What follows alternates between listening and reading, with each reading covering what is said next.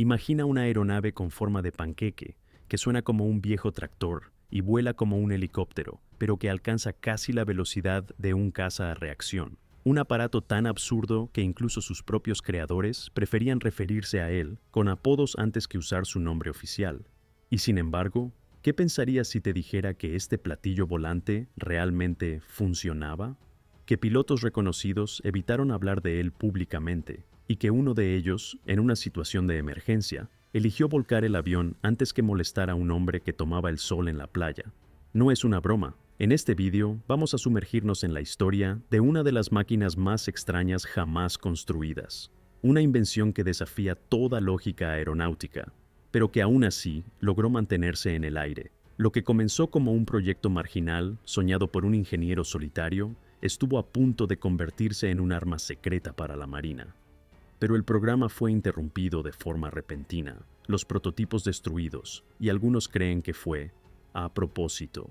¿Por qué el último ejemplar capaz de volar terminó aterrizando bruscamente y volcando? ¿Quién se atrevió a impulsar este disco volador a más de 800 kilómetros por hora cuando ni siquiera estaba claro que pudiera despegar? ¿Y por qué un proyecto que desafiaba la gravedad con tanta elegancia fue repentinamente eliminado de los registros? Quédate hasta el final, porque es ahí donde descubrirás lo que realmente ocurrió y por qué este panqueque volador quizá funcionaba demasiado bien como para dejarlo seguir volando.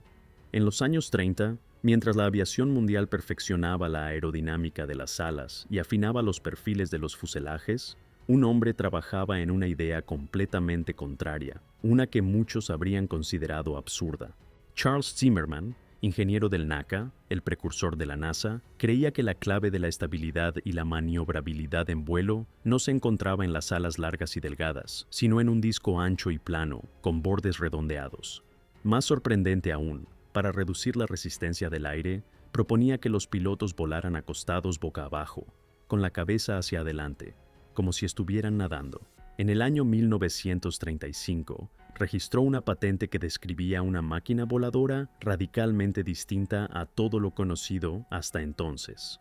El aparato se parecía a una mantarraya mecánica, 3 pilotos tendidos dentro de cápsulas distribuidas sobre un ala elíptica, impulsada por 2 hélices. Todo parecía ir en contra del sentido común, y sin embargo, Zimmermann estaba convencido de que su diseño ofrecía ventajas reales. Mejor visibilidad para los pilotos, despegue corto, estabilidad mejorada a bajas velocidades. Pese a lo extraño de su propuesta, la idea no fue descartada de inmediato. Zimmermann construyó varios modelos a escala para demostrar sus conceptos. Uno de ellos, impulsado únicamente por una banda elástica, logró volar de manera sorprendentemente estable. Pero cuando intentó construir un prototipo a escala real, con 2 pequeños motores Cleone de motocicleta, el aparato nunca consiguió despegar adecuadamente. Le faltaba potencia y era demasiado inestable. Lejos de rendirse, Zimmermann perfeccionó sus modelos, simplificó las formas y decidió reducir la tripulación a un solo piloto. En el año 1937, llamó la atención de Vought, una empresa aeronáutica que vio en sus trabajos una audacia técnica inusual. El contexto internacional ya se tensaba. Los Estados Unidos comenzaban a anticipar la necesidad de innovar, y las ideas de Zimmermann, por extrañas que parecieran, eran vistas como posibles rupturas tecnológicas. Así fue como, en un rincón de la fábrica de Vought, un pequeño grupo de ingenieros y mecánicos comenzó a trabajar en una máquina que, sobre el papel, parecía más un juguete que un avión militar. Pero para Zimmermann, aquello no era una broma. Ese disco volador estaba a punto de desafiar no solo la lógica, sino también a la propia gravedad. La aeronave que finalmente salió de los talleres de Vought en el año 1942 no se parecía a nada que el mundo hubiera visto antes. Llamada oficialmente Vought Heli-Beta 173, tenía una silueta tan improbable como funcional, un disco ancho, casi plano, con 2 enormes hélices montadas en los extremos de las alas. La cabina, diminuta, parecía pegada al frente como una pequeña burbuja. El tren de aterrizaje, alto y rígido, inclinaba el fuselaje hacia atrás con tal ángulo que el aparato, en reposo, parecía a punto de caer sobre su cola. Se apoyaba en el suelo con una inclinación de aproximadamente 22 grados, tan extrema que parecía una provocación a toda lógica aeronáutica. Bajo su revestimiento de madera contrachapada y tela, el Humvee 173 estaba impulsado por dos motores Continental de 175 caballos de fuerza cada uno, instalados dentro del cuerpo del disco. Estos motores estaban conectados a ejes de transmisión y cajas de engranajes que hacían girar hélices de más de 4 metros de diámetro. A todo eso se sumaban sistemas de refrigeración por ventilación, mecanismos de sincronización y controles para ajustar el ángulo de las palas. Era una fábrica voladora en miniatura. El 23 de noviembre del año 1942, después de meses de pruebas en tierra, el piloto Boone Guyton subió a bordo de esa extraña máquina para realizar su primer vuelo. Desde los primeros metros recorridos por la pista, la inestabilidad fue evidente. La visibilidad frontal era prácticamente nula y las hélices generaban turbulencias tan intensas que sacudían toda la estructura. Sin embargo, el avión se elevó, lentamente, casi como si se lo pensara dos veces. Ese primer vuelo duró apenas unos minutos. Guyton describió una aeronave difícil de controlar, con mandos blandos, una respuesta lenta y un comportamiento impredecible en el aire. Pero confirmó algo crucial: el aparato no entraba en pérdida. Incluso a velocidades muy bajas, el disco generaba sustentación suficiente para mantenerse volando. No había caídas bruscas ni giros fuera de control. Animados por este hallazgo, los ingenieros continuaron con los ensayos. Añadieron superficies de control entre las aletas verticales, pequeños flaps estabilizadores que se desplegaban automáticamente durante el despegue y el aterrizaje. Una solución ingeniosa para compensar la falta de una cola convencional. Poco a poco, el comportamiento en vuelo mejoró. El V-173 voló durante varios años, acumulando horas de prueba y dejando perplejos a quienes lo observaban. Parecía suspendido entre dos mundos, el de los sueños imposibles de los ingenieros y el de las realidades prácticas de la aviación militar. Mientras el CD-173 seguía acumulando vuelos de prueba, el equipo de Vought ya trabajaba en una versión mucho más ambiciosa. Un verdadero avión de combate, diseñado para la guerra, capaz de despegar desde portaaviones y competir con los cazas más rápidos de su época. Este nuevo modelo recibió la designación oficial XF-5U-1, aunque dentro del equipo lo llamaban con apodos menos formales: Skimmer, Flying Flapjack o simplemente La Bestia. El diseño seguía fielmente las ideas de Charles Zimmerman. Un disco portante de gran tamaño, dos hélices gigantes montadas al frente y un fuselaje integrado sin estabilizador horizontal convencional.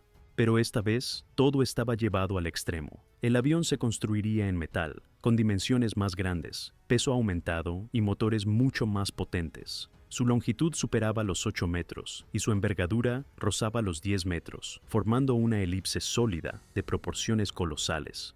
Para mover semejante estructura, los ingenieros instalaron dos motores Pratt & Whitney R2000, cada uno con una potencia de 1.300 caballos de fuerza. Estos motores alimentaban ejes de transmisión conectados a cajas reductoras, que impulsaban hélices de 3 palas, cada una de más de 4,5 metros de diámetro.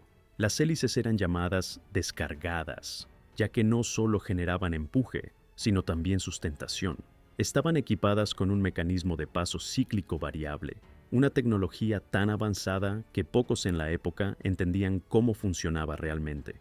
En su interior, el aparato parecía una planta de energía más que un avión. Dos ventiladores enormes refrigeraban los motores. Engranajes de sincronización coordinaban la rotación de las hélices. Un sistema permitía transferir la potencia de un motor al otro en caso de fallo. La cabina, presurizada, estaba equipada con instrumentos avanzados y diseñada para ser pilotada por una sola persona. Y entonces aparecía uno de los detalles más curiosos del proyecto: el gancho de frenado, indispensable para aterrizar en portaaviones. No podía colocarse en la parte inferior del avión, ya que su estructura lo impedía. La solución fue tan insólita como reveladora. Colocaron el gancho en la parte superior. Sí, un gancho dorsal, como si el avión estuviera diseñado para atrapar cables desde arriba, desafiando toda lógica. El XF-5U-1 ya no era un prototipo experimental.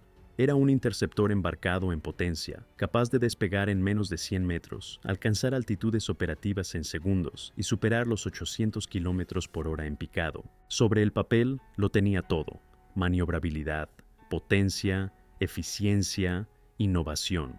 Pero su forma extraña, su ingeniería complicada y sus altísimos requisitos técnicos lo hacían extremadamente difícil de construir y mantener. Y a medida que el proyecto avanzaba, se hacía más evidente que no bastaba con convencer a los ingenieros. También habría que convencer a los mandos militares. Una tarea cada vez más difícil frente a la llegada silenciosa y definitiva de los aviones a reacción. El XF-5U-1 estaba listo. Tras años de desarrollo, fabricación meticulosa y pruebas, esta máquina de perfil inverosímil reposaba sobre la pista como una enorme mantarraya mecánica, preparada para lanzarse al aire. Pero justo cuando todo parecía indicar que el primer vuelo era inminente, una serie de decisiones extrañas comenzó a frenar el impulso del proyecto. Primero, el vuelo inaugural fue pospuesto una y otra vez. Oficialmente, las razones eran técnicas: vibraciones en las hélices, ajustes en la transmisión, comportamiento inestable durante el rodaje. Pero en realidad, el avión causaba inquietud. Era demasiado complejo, demasiado distinto. La Armada temía que un accidente en el primer despegue destruyera la imagen del programa para siempre. Así que las pruebas se limitaron a maniobras en tierra durante meses. Se encendían los motores a plena potencia, se verificaban los controles, se hacían recorridos a alta velocidad, pero nunca se despegaba. Y sin embargo, todo indicaba que el aparato podía volar. Tenía la potencia, la sustentación, el equilibrio. Las simulaciones y los modelos a escala demostraban que podía alcanzar velocidades superiores a 800 km/h en picado y al mismo tiempo mantenerse estable por debajo de 50. Una de las mayores promesas del XF-5U-1 era su capacidad teórica de despegar verticalmente, gracias al empuje masivo de sus hélices de paso variable y a la forma sustentadora de su fuselaje. Pero esa demostración jamás se realizó, porque mientras tanto había aparecido un nuevo protagonista en la aviación militar: el motor a reacción. Los aviones con turbinas eran más rápidos, más simples de construir en serie y estaban revolucionando todos los planes. En comparación con un F-90 o un Banshee, el Flapjack comenzaba a parecer una rareza del pasado. Por más promesas que ofreciera, el proyecto perdió rápidamente apoyo. El alto mando quería reactores, no hélices. El financiamiento se cortó, los ensayos fueron suspendidos, el avión nunca voló, permaneció en tierra, intacto, funcional, pero inmóvil. No sufrió un accidente ni un error fatal, solo fue olvidado. Y cuando quedó claro que jamás despegaría, la Armada ordenó la destrucción del prototipo, oficialmente para liberar espacio y evitar filtraciones tecnológicas. Extraoficialmente, tal vez para borrar una máquina que ponía en entredicho demasiadas certezas. El XF-5U-1 fue cortado en pedazos con sierras industriales. Ningún museo lo conservó. No quedó nada, salvo algunos planos, fotografías borrosas y una idea persistente: la de un avión que pudo haber cambiado las reglas del juego, pero que nunca recibió la oportunidad. El WIO-173, en cambio, tuvo un destino distinto. A diferencia de su versión más avanzada, que fue destruida antes siquiera de despegar, este pequeño disco volador siguió volando y sorprendiendo mucho después de que se cancelara oficialmente el programa, porque, pese a su aspecto cómico, su ruido de tractor antiguo y sus dificultades en tierra, poseía cualidades de vuelo que rayaban en lo asombroso. Durante años, los pilotos de prueba acumularon horas en sus controles. Uno de ellos, Richard Burroughs, relató que el aparato simplemente se negaba a entrar en pérdida, incluso a velocidades extremadamente bajas. Con el morro apuntando al cielo como un ascensor detenido, el avión seguía volando, suspendido en el aire como si desafiara la física. Se podía reducir la velocidad hasta casi cero sin perder el control. Este comportamiento extraordinario provenía de su forma. Todo el disco generaba sustentación. Las enormes hélices, colocadas justo frente a las alas, creaban un flujo de aire que impedía que el flujo se separara, incluso en condiciones extremas. Era como si el avión volara dentro de su propia turbulencia, reciclándola para mantenerse en el aire. Incluso Charles Lindbergh, después de pilotar el WIO-173, afirmó que era uno de los aviones más maniobrables que había volado a baja velocidad. Una declaración poderosa, viniendo del hombre que cruzó el Atlántico en solitario. Pero no todo era perfecto. El aterrizaje, en particular, resultaba problemático. Debido a su excesiva sustentación, el aparato tendía a rebotar en la pista, como una piedra saltando sobre el agua. Cada intento de tocar tierra resultaba en pequeños saltos sucesivos. Los pilotos debían jugar con los gases como si maniobraran un yo-yo aéreo, tratando de posarlo con la delicadeza de una pluma.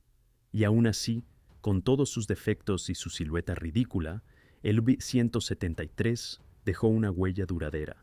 Demostró que era posible repensar la manera de volar, que las leyes de la aerodinámica podían doblarse, adaptarse, incluso reinventarse. Se convirtió en objeto de estudio, en rareza admirada, en inspiración silenciosa. Hoy está expuesto en el Museo Frontiers of Flight en Dallas, suspendido como un ovni atrapado en el tiempo. Los visitantes al verlo suelen reír primero, luego leen la placa y finalmente se quedan en silencio unos segundos más, porque aquel panqueque volador, por extraño que parezca, volaba, y tal vez volaba demasiado bien.